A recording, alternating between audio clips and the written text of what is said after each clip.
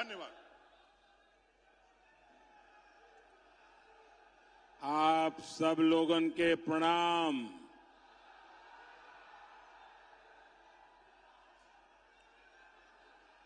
रउआ सबके गोड़ लागती, प्रणाम करती।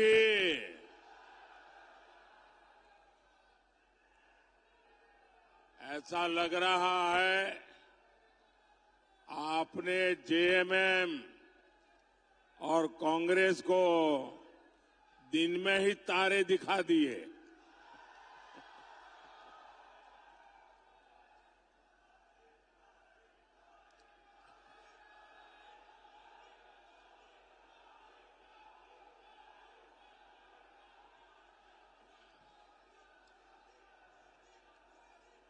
वहां जो पीछे सिक्योरिटी के और प्रशासन के लोग काम करते हैं, मैं देख रहा हूं कि बहुत लोग आ रहे हैं, लेकिन शायद उन्होंने एंट्री पॉइंट बहुत कम बनाए हैं, इसलिए लोगों को अंदर आने में दिक्कत हो रही है।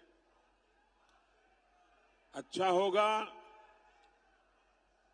अब एकदम पीछे आना है तो आने दीजिए, इतनी स्क्रूटिनी करने की क्या जरूरत है।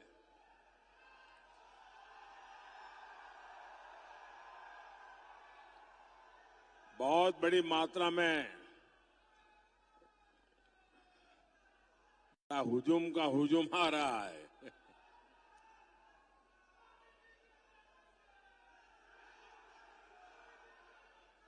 शायद यहां से मेरी बात वो प्रशासन वालों को सुनाई देगी कि नहीं मुझे मालूम नहीं, अदरवाइज यहां के कोई व्यक्ति जाके वहां समझाएं ताकि ज्यादा लोग अंदर आ सकें।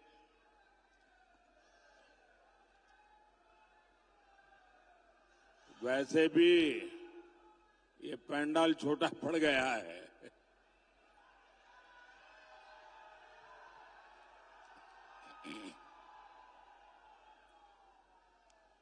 साथियों, मैंने लंबे अरसे तक पार्टी के संगठन का काम किया है। यहां झारखंड में भी हर इलाके में जाया करता था, चुनाव लड़वाए भी हैं, चुनाव लड़े भी हैं, लेकिन सुबह 10 साढ़े 10 बजे इतनी बड़ी रैली करने की हिम्मत मैं नहीं कर सकता था। मैं यहां आपकी पूरी टीम को बधाई देता हूं भाई, इतनी बड़ी रैली सुबह 10:30 बजे करना, ये बहुत बड़ी ताकत लगती है। आपने बड़ा कमाल किया है जी।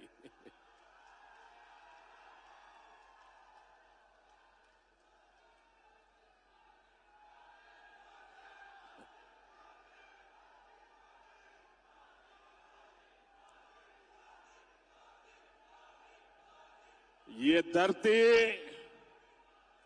शहीद नीलांबर पीतांबर की धरती है। मैं इस धरती को प्रणाम करते हुए इतनी बड़ी रैली, इतनी बड़ी संख्या में माताएं बहनें, आपका ये आशीर्वाद, आपका ये प्यार मैं कभी नहीं भूल सकता हूं।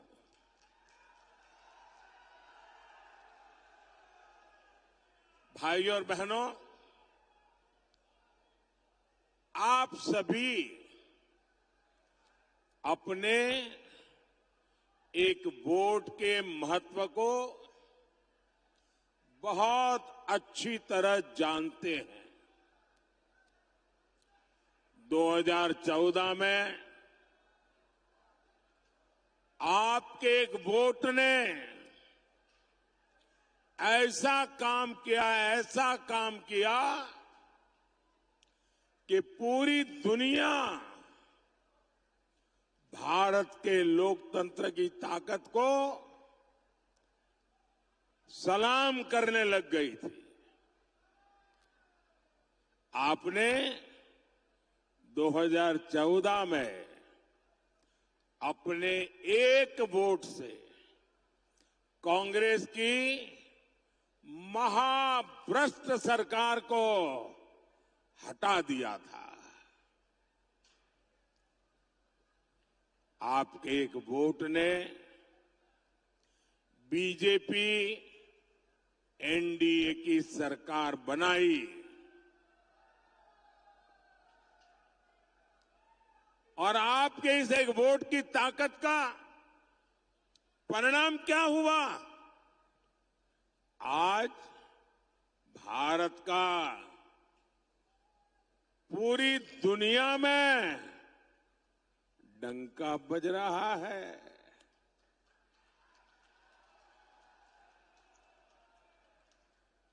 पांच सौ साल से हमारी कितनी ही पीढ़ियां संघर्ष करती रही, इंतजार करती रही, लाखों लोग शहीद होते रहे। 500 साल लंबा अविरत संघर्ष चला।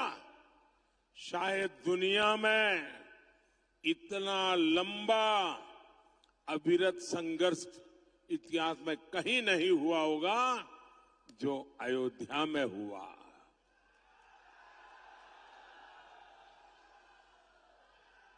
आपके वोट की ताकत देखिए, आपके वोट की ताकत देखिए। 500 साल तक लड़ाई लड़नी पड़ती थी, 500 साल तक इंतजार करना पड़ता था, 500 साल तक अनेक पीढ़ियां बीत गई, लेकिन जो काम नहीं हुआ वो आपके एक वोट से आज राम मंदिर बन गया।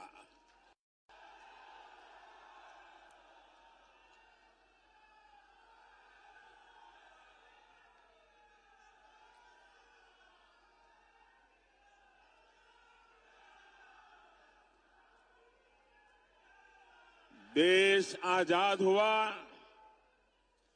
जम्मू कश्मीर में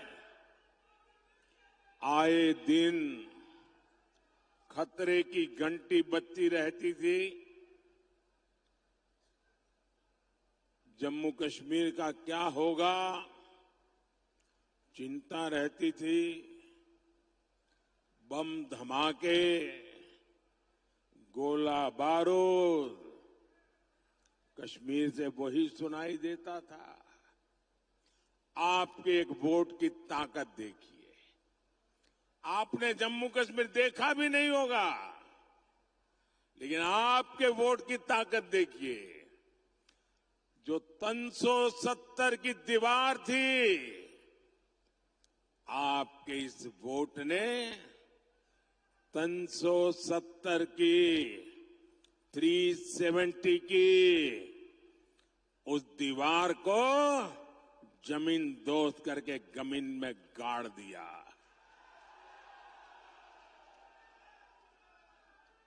आए दिन हमारे झारखंड में, छत्तीसगढ़ में, उड़ीसा में, बिहार में, आंध्र में, पशुपति से लेकर के तिरुपति तक नक्सलवाद, आतंकवाद फैला करके यहां की धरती को लहूलुहान कर देता था। कितनी माताएं अपना जवान बेटा खो देती थी। पाल पोस करके बड़ा किया बेटा गलत संगत में आकर बंदूक उठाकर जंगलों में भाग जाता था। आपके एक वोट ने कितनी ही माताओं की आस पूरी की, बच्चों को बचा लिया। आपके एक वोट ने इस धरती को लहूलुहान करने वाले नक्सलवादी आतंकवाद से मुक्ति दिला दी। ये आपके एक वोट की ताकत है। साथियों, याद करिए, कांग्रेस के समय क्या हाल था। यहां बम फूटते थे, आतंकवादी गोलियां चलाते थे, निर्दोषों को मौत के घाट उतारते थे और दिल्ली की सरकार पाकिस्तान को लव लेटर भेजती थी। लव लेटर, अमन की आस लगाती थी, अमन की आस।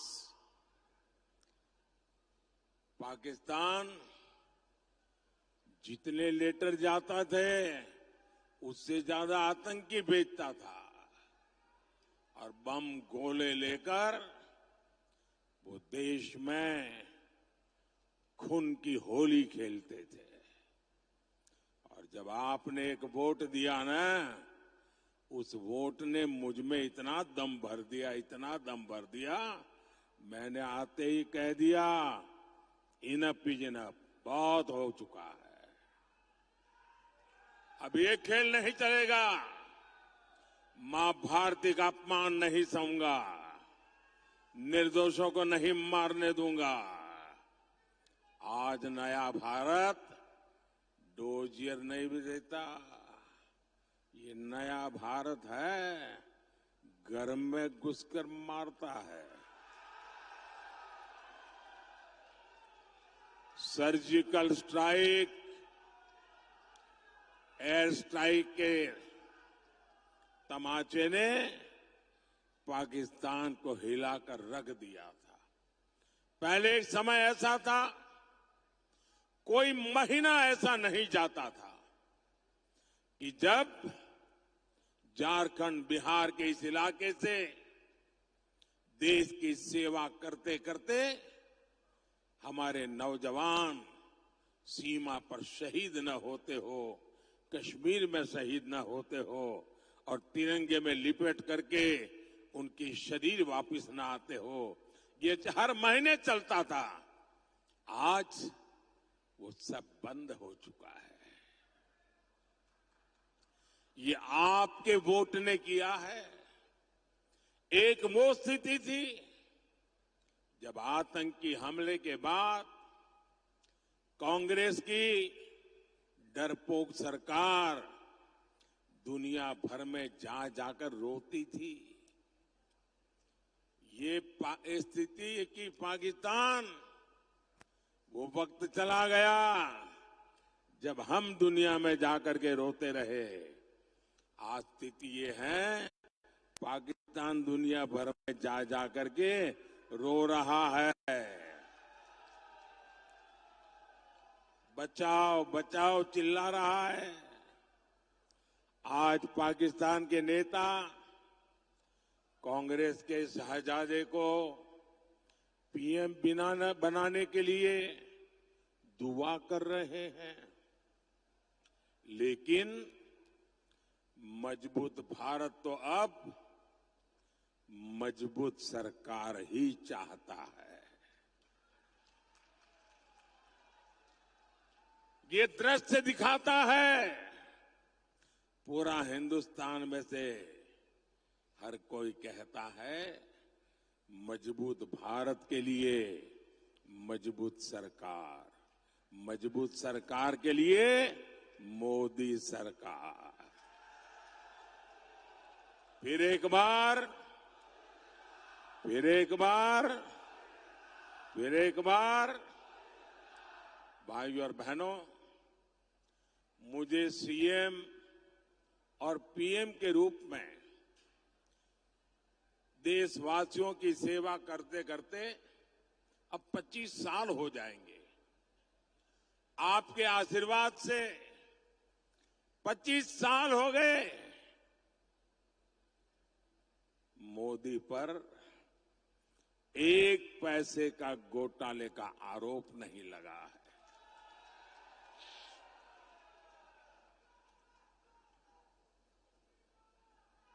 और मेरे लिए तो मेरी ये मां बहनें बैठी है ना, उनकी दुआ, उनके आशीर्वाद ही मेरे लिए बहुत है, काफी है। मुझे जीवन में और किसी की जरूरत नहीं है जी। मैं आज भी पद, प्रतिष्ठा, सुख, समृद्धि इन सब से दूर वैसा ही हूं जैसा आपने मुझे यहां भेजा था। मोदी मौज नहीं, मिशन के लिए पैदा हुआ है। जेएमएम कांग्रेस के नेताओं ने भ्रष्टाचार से अपार धन संपदा खड़ी की है। मेरे पास अपनी साइकिल भी नहीं है, न मेरा घर है। साथियों, संपत्ति हो, राजनीति हो, सब कुछ ये अपने अपने बच्चों के लिए अर्जित कर रहे हैं। ये उनके लिए विरासत में ढेर सारी काली कमाई छोड़कर जाएंगे। लेकिन मोदी को किसके लिए छोड़ना है भाई? आगे कुछ रखा ही नहीं है, पीछे भी कुछ रखा नहीं है।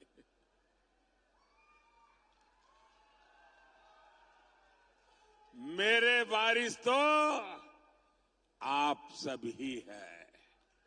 आपके बच्चे, आपके नाती पोते, यही मेरे वारिस है। मेरी इच्छा है मैं विरासत में आपको, आपके बच्चों को विकसित भारत देकर के ही जाऊं, ताकि आपको कभी मुसीबत भरी जिंदगी जीने की नौबत ना आए, आपका अच्छा जीवन हो, आपको वो सब न देखना पड़े जो मेरे जैसे परिवार, जो मैंने कभी देखा था, मेरे जैसे लाखों करोड़ों परिवारों ने देखा है। मैं वो स्थितियों से देश को मुक्ति दिलाना चाहता हूं। भाइयों बहनों, मेरे जीवन को आप भली भांति जानते हैं। मैं गरीबी का जीवन जीकर आया हूं। मैंने गरीबी को जिया है। गरीब की जिंदगी कितनी तकलीफ वाली होती है ना, उससे मैं गुजरते गुजरते यहां आया हूं। इसलिए 10 वर्षों में गरीब कल्याण की हर योजना की प्रेरणा मेरे अपने जीवन के अनुभव से जन्म लिया है। जब आज मैं लाभार्थियों से मिलता हूं तो खुशी के मारे मेरी आंख में से आंसू निकल आते हैं। और ये आंसू वही समझ सकता है जिसने गरीबी देखी हो, जिसने कष्ट में जीवन गुजारा हो, जिसने मां को धुएं में खांसते देखा नहीं, उसको ये आंसू कभी भी समझ नहीं आ सकते। जिसने अपना पेट बांधकर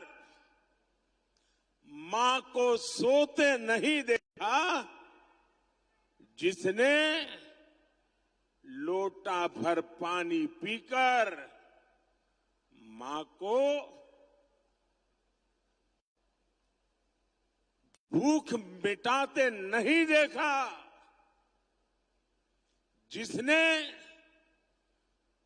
अपनी बीमारी को छिपाते नहीं देखा, शौचालय के अभाव में पीड़ा और अपमान सहती मां को नहीं देखा, वो मोदी के इन आंसुओं का मर्म नहीं समझेगा। लेकिन भाइयों और बहनों, ये कांग्रेस के साजिदे मोदी के आंसुओं में अपनी खुशी ढूंढ रहे हैं। कहते हैं मोदी के आंसू अच्छे लगते हैं। ये निराश, हताश लोग अब इतने कुंठित हो गए हैं। एक कहावत है, जाके जाके पांव न फटे बिवाई, जाके पांव न फटे बिवाई, सो क्या जाने पीर पराई। कांग्रेस के शाहजादे की हालत वही है। वो तो गर्व से कहते हैं कि उनके घर में कई प्रधानमंत्री थे, खुद चांदी के चम्मच से खाते रहे, गरीब की, दलित आदिवासी की झोपड़ी में फोटो खिंचवाते रहे, लेकिन गरीब के लिए कुछ नहीं किया। मोदी के 10 साल के सेवा काल में 25 करोड़ देशवासी गरीबी से बाहर निकले हैं। इसलिए वो आज भाजपा को आशीर्वाद दे रहे हैं। यही मेरे गरीब भाई बहन है, उन्हीं के आशीर्वाद, यही तो मेरी शक्ति है, यही तो मेरी पूंजी है। साथियों, कांग्रेस ने, उसके सहयोगियों ने पलामू को भी तो अपने हाल पर छोड़ दिया था। दिल्ली में बैठे इनके नेताओं को नक्शा दिखाकर पूछ लीजिए कि पलामू कहां है तो पता ही नहीं होगा। ऐसे ही जिलों में देश के सबसे ज्यादा दलित, आदिवासी, पिछड़े ये मेरे भाई बहन रहते हैं, लेकिन इसकी उन्हें परवाह ही नहीं थी। ऊपर से ऐसे जिलों को पिछड़ा जिला कहकर पलामू को अपमानित किया जाता था। ये तो बैकवर्ड डिस्ट्रिक्ट है, बैकवर्ड डिस्ट्रिक्ट, यानी कोई अच्छा अफसर यहां आने को तैयार नहीं। ये हाल बना के रखा। आपने मुझे 2014 में सेवा का मौका दिया। मैंने कहा ऐसे नहीं चलेगा। मैंने पिछड़ा सारी जो इन जिलों को उन्होंने बैकवर्ड करके बर्बाद करके रखा था ना, मैंने कहा ये आकांक्षी जिले हैं, यहां के लोगों के भी सपने हैं, यहां के लोगों की भी आकांक्षाएं हैं। मैं उससे मरने नहीं दूंगा, मैं उसमें नई जान भर दूंगा और मैं इन आकांक्षी जिलों को होनहार जिला बना करके रहूंगा। पहले अफसर ऐसे जिलों में आने से डरते थे। अफसरों को लगता था कि यहां पोस्टिंग मतलब मेरा पनिशमेंट पोस्टिंग हो गया, सजा देने के लिए मुझे तैनात किया जाता था। मैंने देश के सबसे अच्छे अफसरों को पलामू में लगाया। अब मेरे पलामू के लोगों की मेहनत देखिए।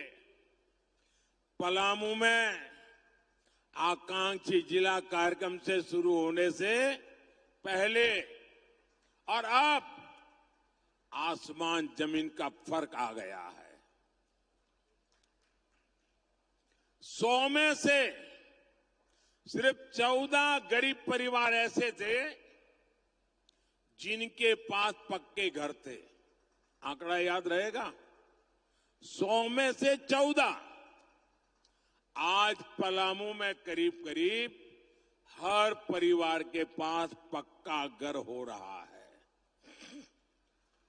और मैं आपको भी कहता हूं, जब इस चुनाव अभियान में आप गांव-गांव जाएंगे ना, और गांव में कहीं भी कच्चा मकान दिखे, कोई परिवार को अजीब पक्का घर पहुंचा नहीं है, ऐसे एक दो लोग मिल सकते हैं, उनको नाम पता लेकर के मुझे भेज दीजिए। मैं आपको गारंटी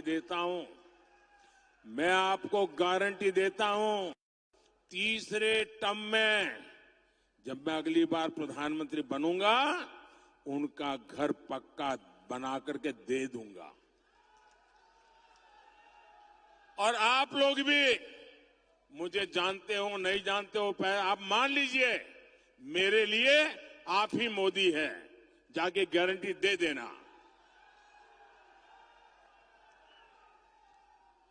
आकांक्षी जिला, ये कार्यक्रम शुरू होने से पहले यहां 100 में से 80 परिवार अंधेरे में रहने के लिए मजबूर थे। ये भी आंकड़ा याद रखिए, 100 में से 80 परिवार अंधेरे में। आज पलामू के हर घर, हर स्कूल में बिजली है। पहले पलामू की 100 में 3 ग्राम पंचायतों में इंटरनेट था। आज यहां हर गांव डिजिटल क्रांति का हिस्सा है। ये सब मोदी ने किसके लिए किया भाई? ये मोदी किसके लिए मेहनत करता है? किसके लिए करता है? किसके लिए करता है? ये मुझे संतोष हो रहा है कि मैं आपकी इस प्रकार से सेवा कर रहा हूं।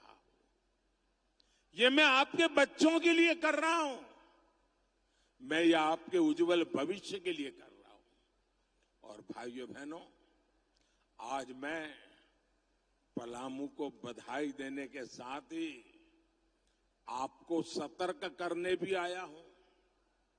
मोदी यहां रोजगार बढ़ाना चाहता है, मोदी आपके जीवन में खुशहाली लाना चाहता है, लेकिन कांग्रेस वालों की नजर आपकी जायदाद पर पड़ गई है। कांग्रेस हो या जेएमएम हो, उनको और कुछ नजर ही नहीं आता है। और ये कांग्रेस ने अभी अपना मैनिफेस्टो निकाला है, और बेईमानी देखिए, वो कह रहे हैं कि वो आपका एक्सरे करेंगे। एक्सरे, कितनी जमीन है, घर कहां है, कितने कमरे हैं, घर में सोना है कि नहीं है, चांदी है कि नहीं है, मंगलसूत्र है कि नहीं है, जांच कराएंगे। और फिर उसमें से कुछ हिस्सा आपसे छीन लेंगे और आपसे वो लेकर के अपनी वोट बैंक को देना चाहते हैं। क्या आप आपकी पूंजी छीनने देंगे? किसी भी सरकार को आपकी पूंजी लेने देंगे? आपकी मेहनत की कमाई, बचाई हुई कमाई किसी को देने देंगे? आपके पूर्वजों ने जो दिया है वो किसी को देने देंगे? ये आपकी कमाई का, आपकी फसल का, आपके बंधन का हिस्सा भी हड़प लेना चाहते हैं। साथियों, कांग्रेस और इंडी गठबंधन ने एक और खतरनाक बात कही है। ये लोग अब एससी, एसटी, ओबीसी का आरक्षण छीन लेना चाहते हैं। जब हमारा संविधान बन रहा था, तब संविधान निर्माताओं ने मिलकर तभी एक बात तय की थी, और ये पक्का हो गया था, सही सिक्के हो गए थे, कि भारत में कभी भी धर्म के आधार पर आरक्षण नहीं दिया जाएगा। लेकिन अब ये कांग्रेस और उनके चट्टे बट्टे ये जेएमएम और आरजेडी साहब ये आदिवासियों का, पिछड़ों का, दलितों का आरक्षण में डाका डालकर आरक्षण में से कुछ हिस्सा छीन करके ये धर्म के आधार पर संविधान बदल करके मुसलमानों को देना चाहती है। और कांग्रेस चिल्ला चिल्ला कर बोल रही है और आरजेडी जेएमएम वाले जवाब भी नहीं दे रहे। वो कांग्रेस के इस ऐलान पर मौन सहमति दे रहे हैं। क्या आप अपने आरक्षण के हक को जाने देंगे क्या? क्या आप अपने आरक्षण के हक को जाने देंगे क्या? बाबा साहब आंबेडकर ने दिया है, उसको छीनने देंगे क्या? मेरे आदिवासी भाई बहन, मेरे दलित भाई बहन, मेरे पिछड़े भाई बहन, आप लिख के रखिए, ये मेरी गारंटी है कि जब तक मोदी जिंदा है,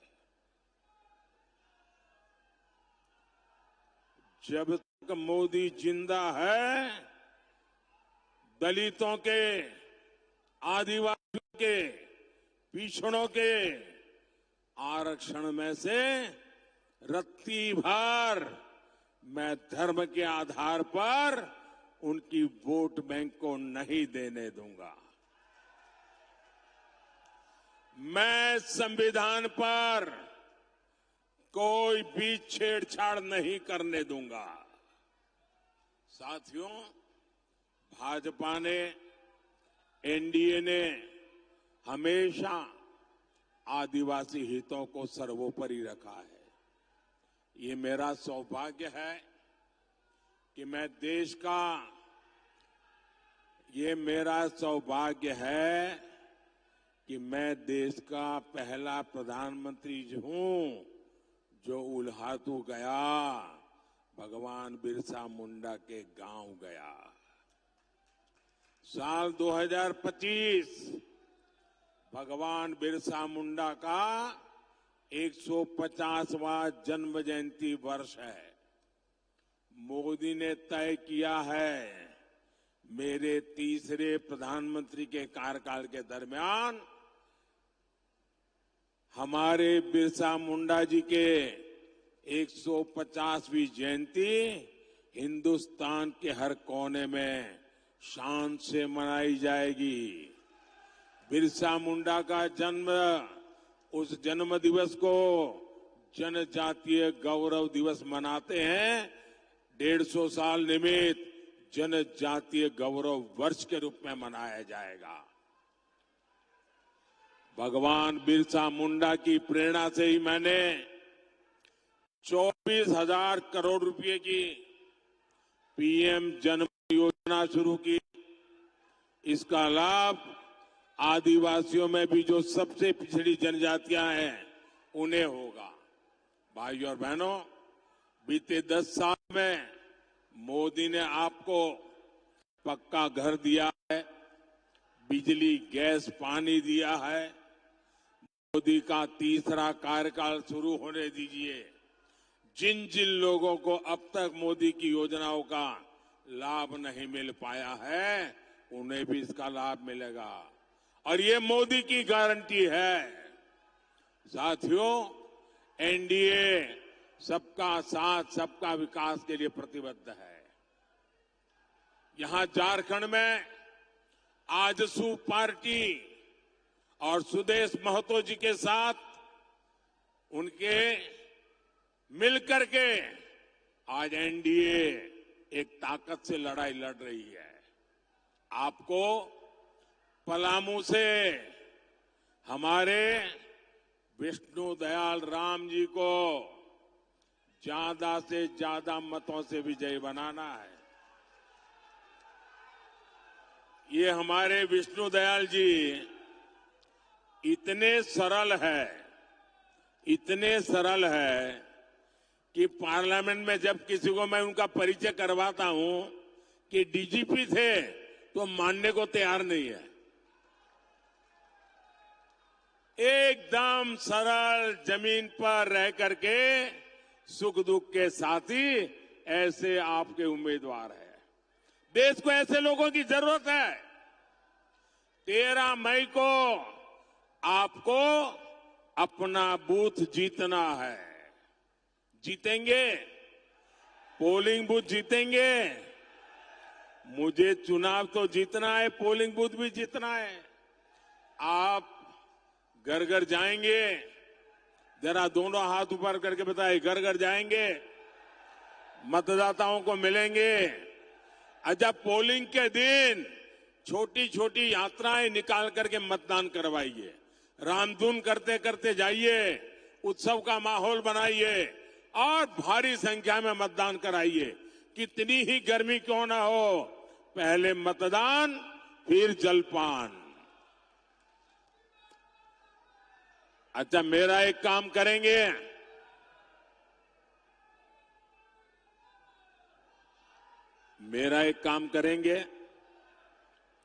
जरा मुझे बताइए, मेरा एक काम करेंगे? हाथ ऊपर करके बताइए, मेरा एक काम करेंगे? मेरा पर्सनल काम है, करेंगे? ये चुनाव का काम नहीं है, करेंगे? ये मोदी का काम है, करेंगे? मेरा एक काम करना, घर घर जाना, जाकर के कहना कि मोदी जी आए थे और मोदी जी ने आपको जय श्री राम कहा है। मेरा जय श्री राम पहुंचा देंगे? पक्का पहुंचा देंगे? बोलिए भारत माता की, भारत माता की, भारत माता की। बहुत बहुत धन्यवाद।